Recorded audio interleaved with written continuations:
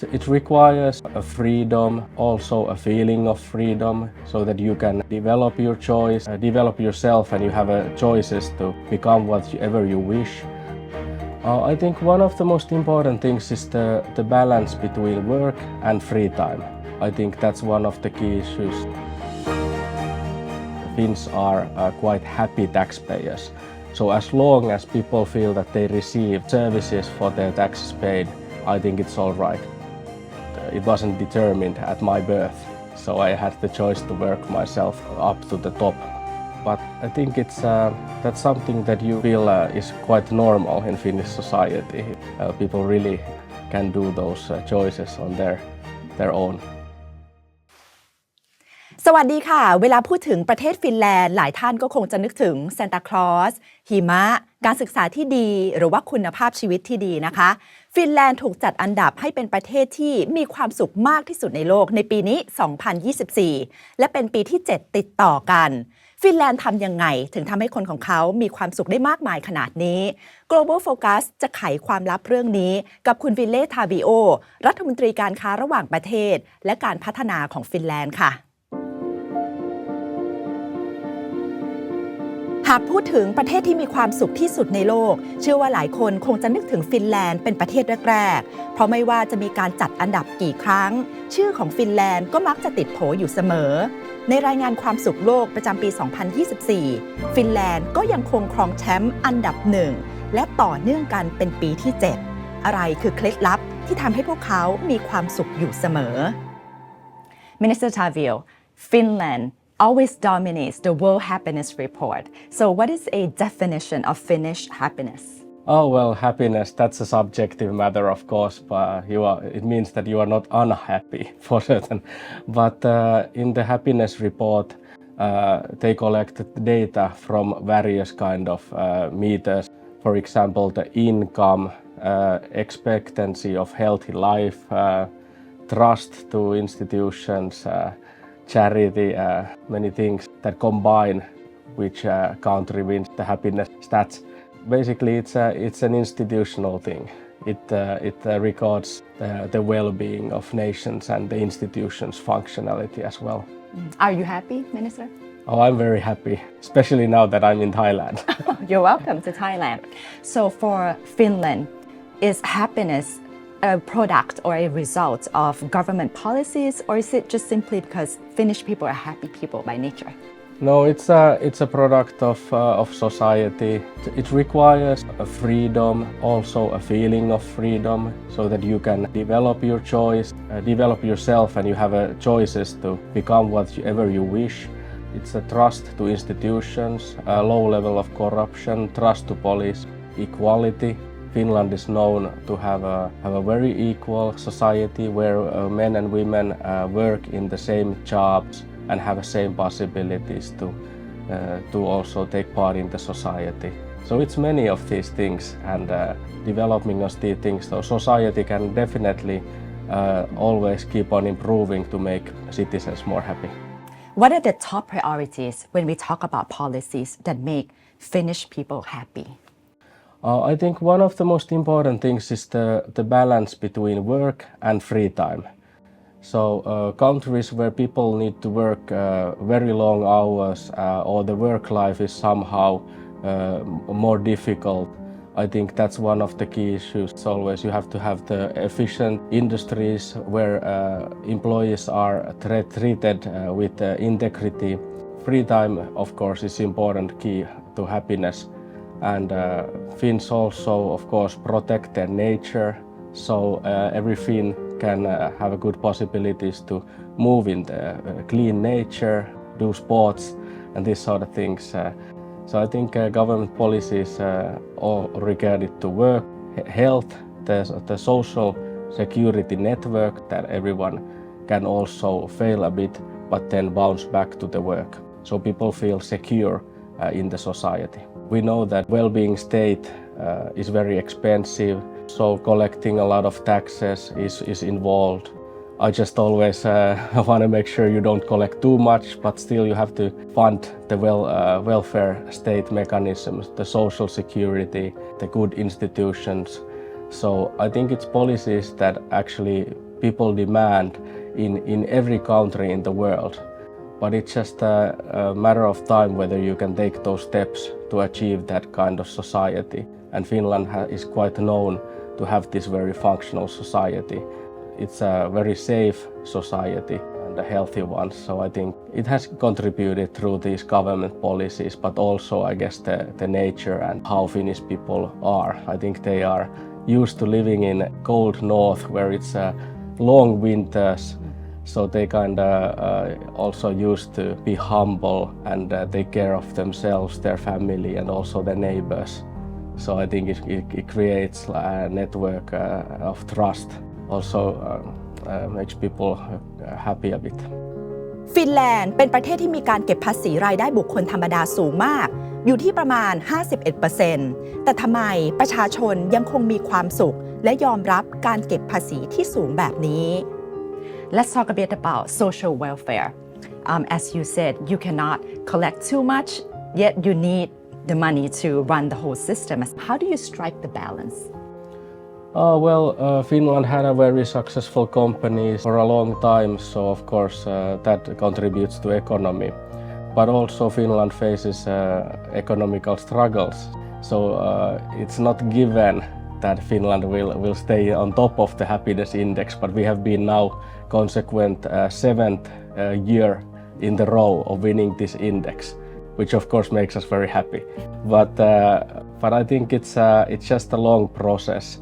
But all societies do need to seek the balance on how much you can also tax the citizens. But it's often been investigated that Finns are quite happy taxpayers. So as long as people feel that they receive services for their taxes paid, I think it's all right. But at some point, people of course might see that they are paying already too much. So then the politicians have to be able to also, I think, step back and also see the big picture. Mm-hmm. But at the same time, people must really trust the government as well in order to pay such high taxes and to get the returns that they expect. So there's good governance here as well, right? And transparency. Can you please tell us about that?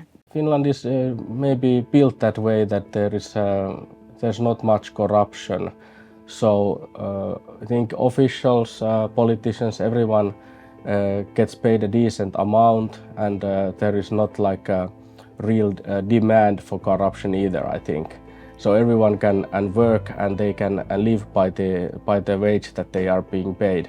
But I think it's also a level of trust to other institutions except the government or the policies. Of course, you need a working democracy so that you trust the elections. That's a very important subject. When you vote, you really need to see that the vote counts so that the democracy and the results are being respected. I think that's very important. The trust to other institutions, for example, Finnish police is a very trusted institution. By the polls, over 90% of the people say that they trust the police. So I think that this trust to all different institutions combined, perhaps happier to pay taxes as well, so that they can trust that their tax money goes to institutions that they can trust.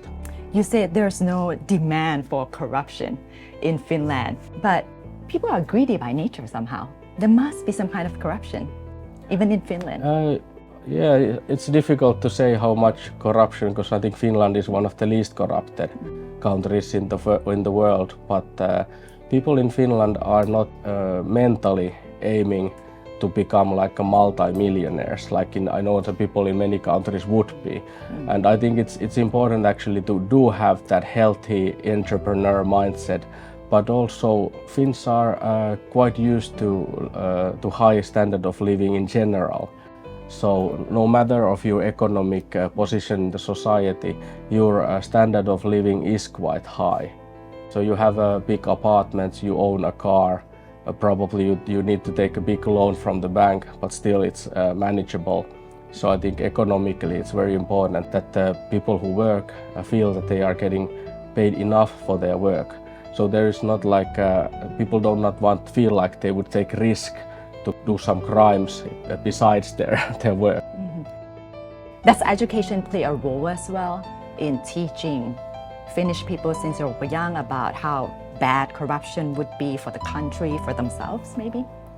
I think the Finns are based quite a lot to general Christian ethic. You are not allowed to steal, and I think children are taught like this from the very young age, so they are taught to have high morals, and this is something that I really see in Finland, that it's not common to do a crime unless you are walking a really bad path in your life. I think education is known to be high standard in Finland. So that's one of the reasons that what I said earlier when I meant that people have a freedom of choice to move on their career path.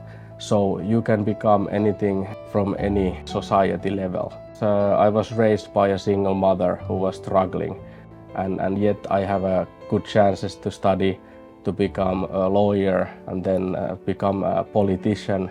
It wasn't determined at my birth. So I had the choice to work myself up to the top. But I think that's something that you feel is quite normal in Finnish society. We have a free education, also university education is free in Finland. So people really can do those choices on their own. หนึ่งในความโดดเด่นของฟินแลนด์คือเรื่องของธรรมชาติทั้งผืนป่าที่อุดมสมบูรณ์ทะเลที่สวยงามแสงเหนือที่เต้นระบำอยู่บนท้องฟ้าแต่ภาวะโลกรวนนับวันยิ่งทวีความรุนแรงทำให้ความสุขของชาวฟินแลนด์ลดลงหรือไม่ Now you talk about nature.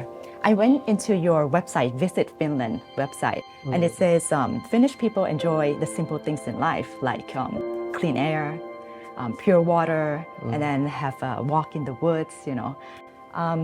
But now we have global boiling. Is that impacting your happiness level?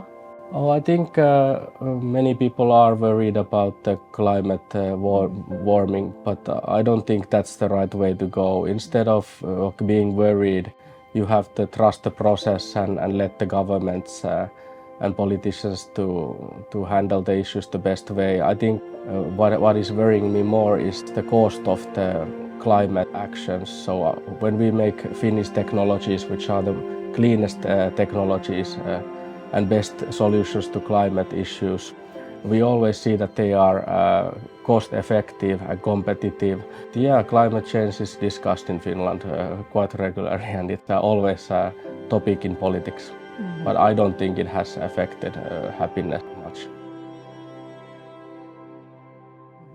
How do you keep the economy growing all the time? Because I think that's one big aspect for people to be happy, to have a strong economy, to be financially sound, you know, to have the least worries financially. How do you manage that? No, that's a complex question because that's what the politicians and economists worry daily. So of course you need to have the ongoing research and development and the building of new technologies. I basically think to make productivity more effective, you just need to keep that technological advancing all the time. And as a Minister for Foreign Trade, my job is of course to take care of that Finnish solutions would be also sold overseas. So that's why we are also in Thailand and promoting Finnish expertise. There's this concept in Finland called Sisu, I think. Yes. How does that play a role in contributing to Finnish happiness? Finnish concept or the word Sisu is quite popular in Finland. It means not giving up. No matter what happens, you have to keep on going and working, and that's a good attitude in life, I think, in general. It's a concept I think Finns got, you know, because Finland was also a poor rural society where you had to work very hard. You did like a field labor, a very hard labor. But Finns always kept this concept of Sisu, which meant to them that they will get the job done and they will not give up. ในขณะที่หลายประเทศทั่วโลกจับจ้องมาที่ฟินแลนด์เพื่อหวังถอดบทเรียนว่าทำอย่างไรคนในชาติถึงจะมีความสุขเราถามต่อไปค่ะว่าแล้วในมุมมองของฟินแลนด์พวกเขามองประเทศอื่นอย่างไร Do you ever look up to other countries for lessons or any models at all to keep your country being happy? Oh, absolutely. I think many countries do a better job in certain sectors than we do. So we are definitely looking what they are doing. For example, Thailand is great in many industrial sectors. For example, you are a big car manufacturer. So absolutely we are looking cooperation with Thailand, for example, on electronic vehicle batteries and minerals and recycling, and we are trying to combine our know-hows with that. So each country has its strong points and weaknesses. So it's always good to keep an eye on them and also to look how you can improve yourself. ผ่านมากว่า 2 ปีแล้วหลังจากที่รัสเซียตัดสินใจทำสงครามบุกยูเครนสงครามที่ยืดเยื้อนี้และดูไม่มีท่าทีว่าจะสิ้นสุดลงกระทบต่อความสุขของชาวฟินแลนด์หรือไม่ There's a war going on in Europe, the Ukraine and Russian war. Yeah. How is that impacting Finland and maybe its happiness level? Well, we are very, of course, worried of Russia's aggressive behavior because attacking a sovereign state of Ukraine is clearly a violation of UN chapter. We would, of course, hope the war to end. Everyone in Europe and everyone in the world is worried conflicts get handled the way that they do not start growing. But the situation in Ukraine has been bad for 2 years. Finland is also a country that is quite military based in terms of participation, as many men go to have the military training, and military budget is quite big, 2% of our GDP. So I think Finns always felt that it's part of our country to be the willingness to defend your country. So I think that does contribute to happiness perhaps positively, or maybe it's the other way around, that as you are so happy, then you have also the strong willingness to kind of defend that happiness. So I think it's part of a happy country also to feel safe, of course. That's the most important thing. And Finland also joined the NATO, which kind of improved security to the North European area as well. Talking about Nordic countries, apart from Finland, countries like Denmark or Sweden, these countries, Nordic countries, always top the chart of happy countries. Yeah. Is there a secret to Nordic countries somehow? I think Nordic countries are pretty similar. So if you visit the Nordic countries, you can definitely see that they are the same.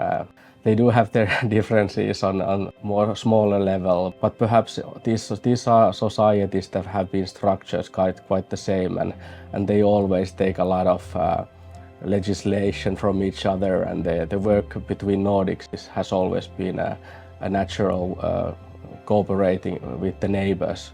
So I guess they are so similar that they are on the top of these charts as well.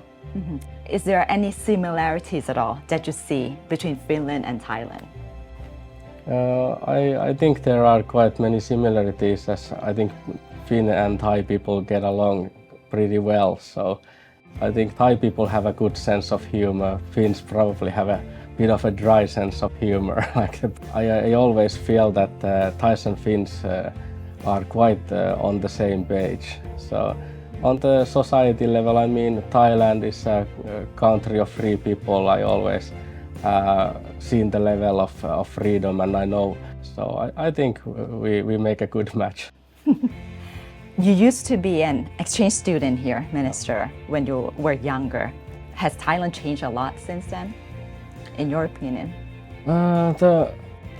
I've seen the prices gone up a little, so definitely there's inflation. I think Thailand has been growing industrial-wise. I can sense the growth there. Also, the influence of China has grown, but I think still it was only 14 years ago, so I guess that's not so long ago. So I think things are quite the same. Thai food is still great, and the people and language is lovely. ผมชอบภาษาไทยและคนไทย ดิฉันก็ชอบคนฟินแลนด์แล้วก็ฟินแลนด์เหมือนกันค่ะ ขอบคุณครับ ขอบคุณค่ะ Thank you so much for your time today ขอบคุณนะคะ ขอบคุณค่ะ Thank you ขอบคุณครับ ฟังจากรัฐมนตรีทาบิโอแล้วพื้นฐานของสังคมฟินแลนด์ตั้งอยู่บนความเท่าเทียมเป็นธรรมโปร่งใสและไม่มีการทุจริตคอร์รัปชันส่วนนโยบายต่างๆที่มีออกมาก็เพื่อให้ทำให้ชีวิตความเป็นอยู่ของประชาชนดีขึ้นทำให้รู้สึกว่า คุ้มค่ากับภาษีที่ประชาชนเสียไปจริงๆหลักการเหล่านี้ไม่ใช่เรื่องใหม่แต่อย่างใดนะคะทั่วโลกทราบกันดีขึ้นอยู่กับว่าแต่ละประเทศจะมีความตั้งใจและจริงใจในการบริหารจัดการให้ประสบความสำเร็จอย่างฟินแลนด์หรือไม่ค่ะสวัสดีค่ะ